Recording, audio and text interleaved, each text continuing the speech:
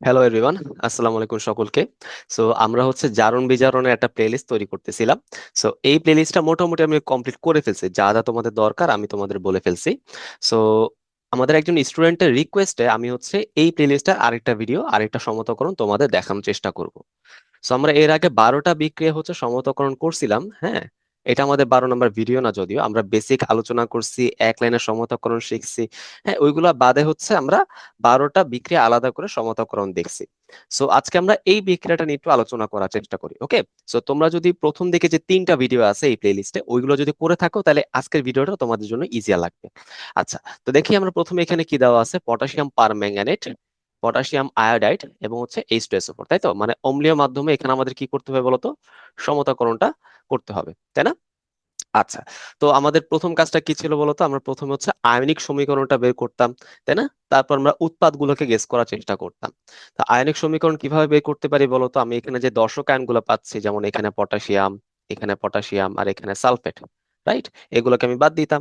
ঠিক আছে, বাদ দিলে এখানে কি থাকবে বলতো, পারম্যাঙ্গানেট আয়ন, এখানে থাকবে আয়োডাইড আয়ন, এবং এখানে আমরা পাবো কি বলতো, প্রোটনকে আমি কখনোই দর্শক আয়ন হিসেবে চিন্তা করব না, হ্যাঁ। যদি না সেটা হচ্ছে বিজারকের মধ্যে থাকে, সেগুলো আমরা আলোচনা করে ফেলছি। আচ্ছা, এবার আসো হচ্ছে এখানে আমি কি কি পাইতে পারি। সো আমরা যদি প্রথম 3টা লেকচার একটু বিস্তারিত ভাবে পড়ে থাকি তাহলে অবভিয়াসলি বুঝতে পারতেছি যে পার ম্যাঙ্গানের যে আয়নটা সেখান থেকে পাওয়া যাবে ম্যাঙ্গানিজ 2+ ক্যাটায়ন, তাই না? সো এটা কিন্তু আমাদের একটা মুখস্থ জ্ঞান, মুখস্থ পড়া। এখানে কিন্তু আন্ডারস্ট্যান্ডিং কিছু নাই যে কেন ভাই ম্যাঙ্গানিজ 2+ আসলো, 3+ কেন আসলো না, ওকে। আচ্ছা, এখানে যে আমাদের আয়োডাইড আয়নটা আছে সেখান থেকে আমি পাবো কি বলতো, আয়োডিন অণু, ঠিক আছে, সলিড আয়োডিন অণু পাওয়া যাবে। এবং সাথে মনে রাখতে হবে অবশ্যই পানি তৈরি হয়। হ্যাঁ, মনে হতে পারে যে ভাই এখানে মনে হয় প্রোটন আছে, এই প্রোটনের সাথে আমি কি করলাম, প্রোটনের সাথে আমি হাইড্রোক্সিল আয়নটা যুক্ত করে পানি বানাই দিছি। বিষয়টা কিন্তু এরকম না। আমরা মনে রাখার জন্য জিনিসটাকে এভাবে মাথায় রাখি যে আমাদের এখানে যে জারকটা থাকবে সেখান থেকে একটা যৌগ তৈরি হবে বা আয়ন তৈরি হবে, যে বিজারকটা থাকবে তার থেকে একটা জিনিস তৈরি হবে, এবং হাইড্রোজেন আয়ন বা প্রোটন দিয়ে আমি পানি মনে রাখবো শেষ, হ্যাঁ। একটু হচ্ছে আমাদের প্রসেসটা, থিঙ্কিং প্রসেস। এবার তুমি এদের সাথে কি করবে, সুন্দর মতো দর্শকায়ন বসায় বসায় তুমি হচ্ছে উৎপাদগুলোকে গেস করার চেষ্টা করবা। দেখো ম্যাঙ্গানিজ হচ্ছে নিজে যেটা ক্যাটায়ন, আমি এখানে কি করবো বলতো, এই যে অ্যানায়নটা আমি এখানে দেখতে পারতেছি, এই অ্যানায়নটাকে বসাই দিব। তাহলে এখানে কি তৈরি হবে বলতো, ম্যাঙ্গানিজ সালফেট। রাইট, আয়োডিনটা অলরেডি তৈরি হয়েছে। যদি কোনো অণু আমাদের তৈরি হয়ে যায়, যদি কোনো মৌলিক বা যৌগিক অণু আমাদের তৈরি হয়ে যায়, সেখানে আমি কোনো হাত দিব না, ওকে। পানি তো অলরেডি একটা যৌগ, সো এটা আমি হাত দিব না। লাস্টে আমি কি করব, অবশ্যই এখানে একটা লবণ বসাবো। লবণ কিভাবে বসাবো বলতো, দর্শক ক্যাটায়ন দর্শক অ্যানায়ন, কাজ শেষ। দর্শক ক্যাটায়ন K2SO4, দর্শক অ্যানায়ন সালফেট, হ্যাঁ। এই হচ্ছে আমাদের বিষয়টা। হুম। আচ্ছা, এবার এবার হচ্ছে আমাদের অর্ধবিক্রিয়াগুলো। হুম। জারণ অর্ধবিক্রিয়া এবং বিজারণ অর্ধবিক্রিয়া বোঝার চেষ্টা করি। এখন কার জারণ হবে বলতো, নিশ্চয়ই যে বিজারক, রাইট। এখানে বিজারককে পটাশিয়াম আয়োডাইড, আমরা সবসময় আয়নিক সমীকরণে যে আয়নগুলা লিখি সেগুলো নিয়ে কাজ করি। সো এই যে আমাদের আয়োডাইড আয়নটা আছে সেটা ইলেকট্রন ত্যাগ করবে, কোয়াইট অবভিয়াস কথা, রাইট। একটা আয়ন হচ্ছে একটা করে ইলেকট্রন ত্যাগ করে একটা করে পরমাণু তৈরি করবে, তাই না বিষয়টা? আচ্ছা, বাট আমি দেখতেছি কি এখানে আয়োডিন অণু তৈরি হয়েছে। সো অবভিয়াস কথা ভাই, পরমাণু না, দুইটা পরমাণু মিলে অণু তৈরি করবে। তাহলে বলো ভাই এখানে কয়টা আয়ন লাগবে, নিশ্চয়ই দুইটা আয়োডাইড আয়ন লাগবে। সে মোট দুইটা ইলেকট্রন ত্যাগ করে একটা আয়োডিন অণু তৈরি করবে, তাই না? এরকমই তো বিষয়টা। আচ্ছা, তাহলে এটা মোটামুটি বুঝলাম। এবার তুমি পার ম্যাঙ্গানেট আসো, বিজারণে কি হয় একটু দেখার চেষ্টা করি, পার ম্যাঙ্গানেট। আচ্ছা, ঠিক আছে, বিজারণ কার হয় বলো, জারক। সো জারক থেকে আমি কিভাবে মনে রাখছিলাম তোমাদের বলো তো, এখানে আমরা মাথায় রাখছিলাম যে যে আয়নটা তৈরি হলো সেটা তো আমি লিখবই, এবং অবশ্যই মাথায় রাখবো যে এই যে পানির হিসাবটা এটা কিন্তু তোমার এই প্রোটন থেকে আসে নাই। হ্যাঁ, এটা কোত্থেকে আসে বলতো, জারক থেকে আসছে। এই পানিটা কোত্থেকে আসে বলতো, জারক থেকে আসে, জারক থেকে, ওকে। তাহলে যা দেখো তো, জারকে কতগুলো অক্সিজেন আছে, 4টা অক্সিজেন। তাহলে বলো, পানিতে তো একটা অক্সিজেন আছে, 4টা পানিতে কত দিয়ে গুণ দিতে হবে, নিশ্চয়ই 4 দিয়ে গুণ দিতে হবে, তাই না? 4 দিয়ে আমি গুণ দিব, ওকে, বুঝলাম। এবার বলো প্রোটন কয়টা হয়ে গেছে, নিশ্চয়ই 8টা হয়ে গেছে না? তো এখানে তুমি 8টা প্রোটন বসাই দিবা, 8টা প্রোটন বসবে, বুঝতে পারছো?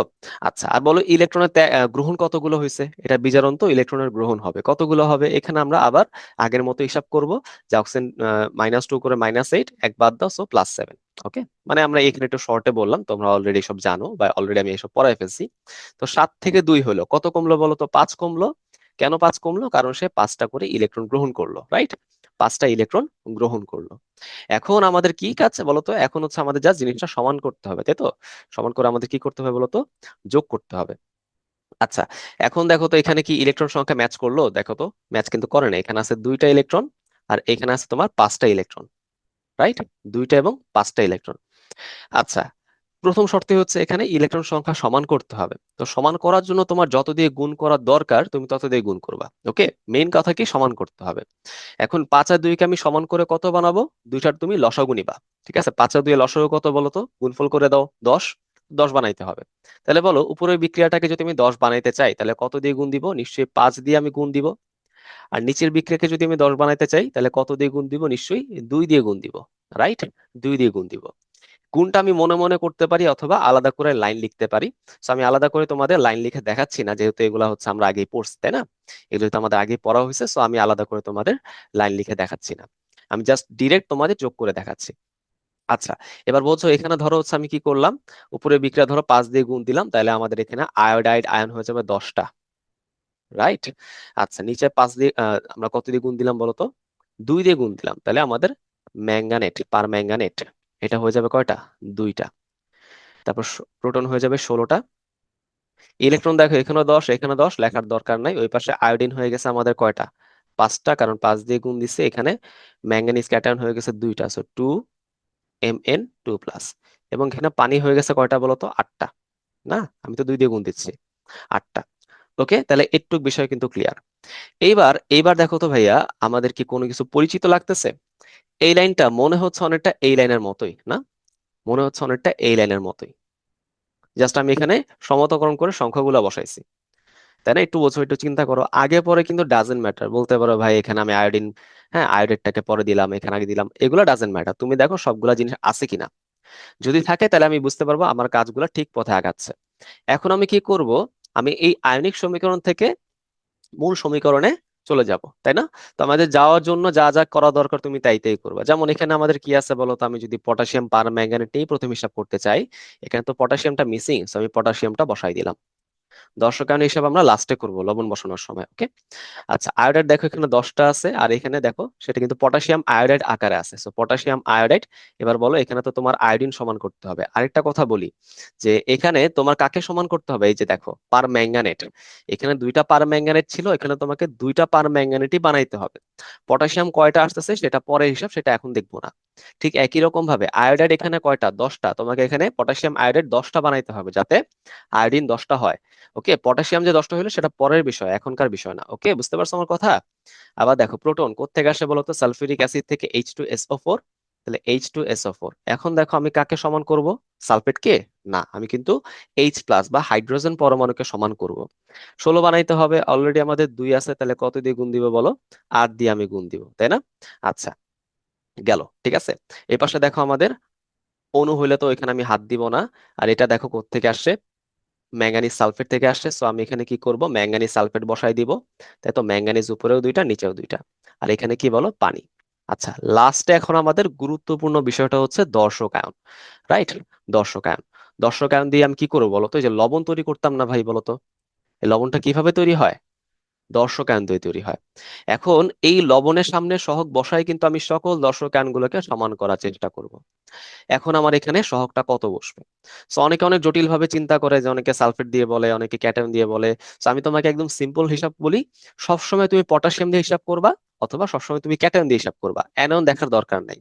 ক্যাটায়ন মিলাইতে পারলে অ্যানায়ন মিলে যাবে। ওকে, এটা হচ্ছে আমার সাজেশন তোমাদের জন্য। তাহলে দেখো, এখানে পটাশিয়াম আছে কয়টা? 2টা, রাইট?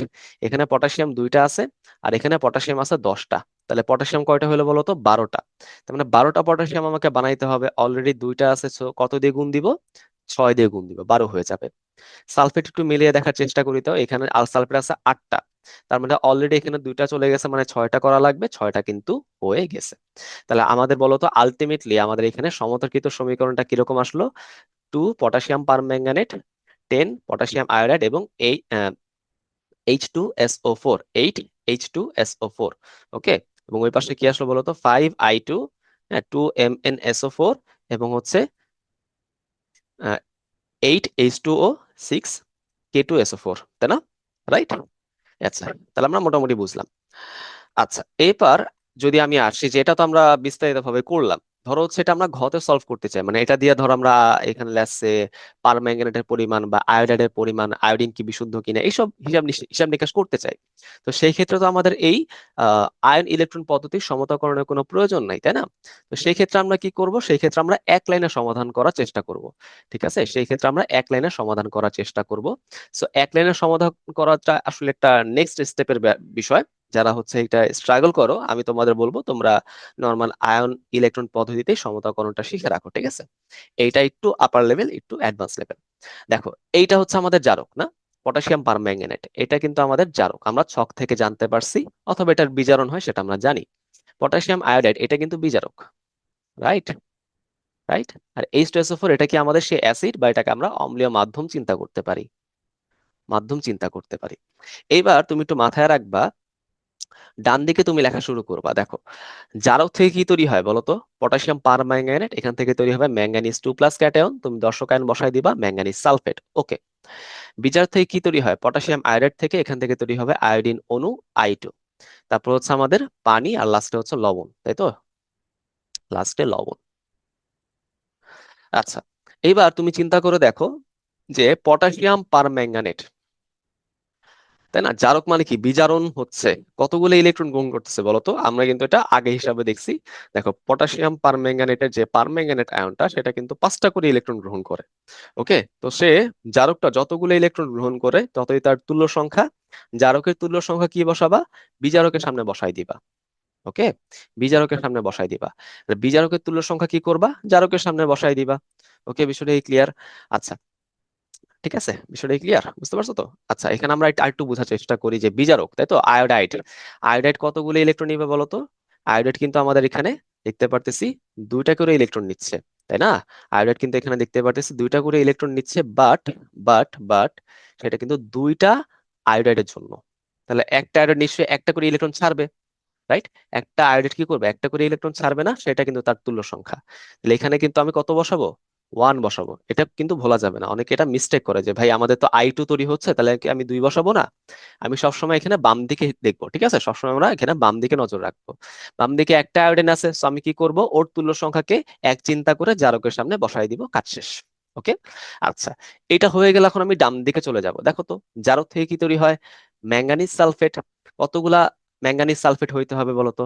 ম্যাঙ্গানিজের সামনে আছে এক, সো এই পাশে ম্যাঙ্গানিজ নিশ্চয়ই একটাই থাকতে হবে, সো আমি এক বসাইলাম। ওকে, আচ্ছা, আয়োডিন, এখানে আছে 2টা, বাট আমাদের এখানে তো আছে 5, তাই না? তাহলে বলো তো, 2 এর সাথে কত গুণ দিলে 5 হবে? নিশ্চয়ই আড়াই, বা 5/2। মানে আমাকে এখানে সমান করতে হবে, সো আমি কি করলাম, 5/2 নিলাম। ওকে, আচ্ছা, তারপর এখানে দেখো তো আমাদের জারক, পানির হিসাবটা আগের মতো। জারক কতগুলো অক্সিজেন দেয় বলো তো? 4টা। তাহলে পানি কতগুলো হবে এখানে? 4টা, তাই তো? অবশ্যই এখানে এই সংখ্যাটার সাথে গুণ দিয়ে নিবা, 2 থাকলে কিন্তু 8টা পানির আমি হিসাব করতাম, বাট যেহেতু এখানে এক আছে, সো 4টা পানির হিসাব।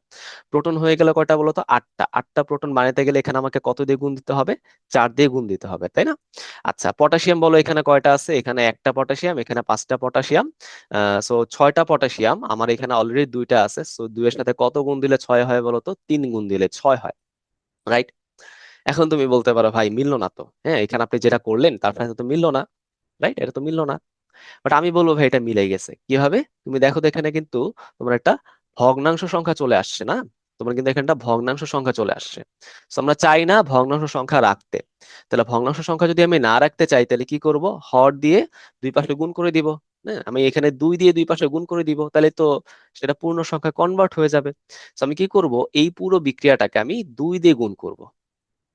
2 দিয়ে গুণ করব, তাইলে কিন্তু আমাদের আগের অঙ্কটার মতো চেহারা হয়ে যাবে।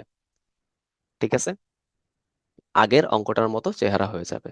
সো তুমি যদি হচ্ছে এখানে স্টয়কিওমেট্রি করতে চাও, তাহলে কিন্তু এই প্রথম যে লাইনটা আমি লিখছি সেটাই কিন্তু এনাফ, এটা দিয়ে করলে কিন্তু ফুল মার্ক তুমি পাবা।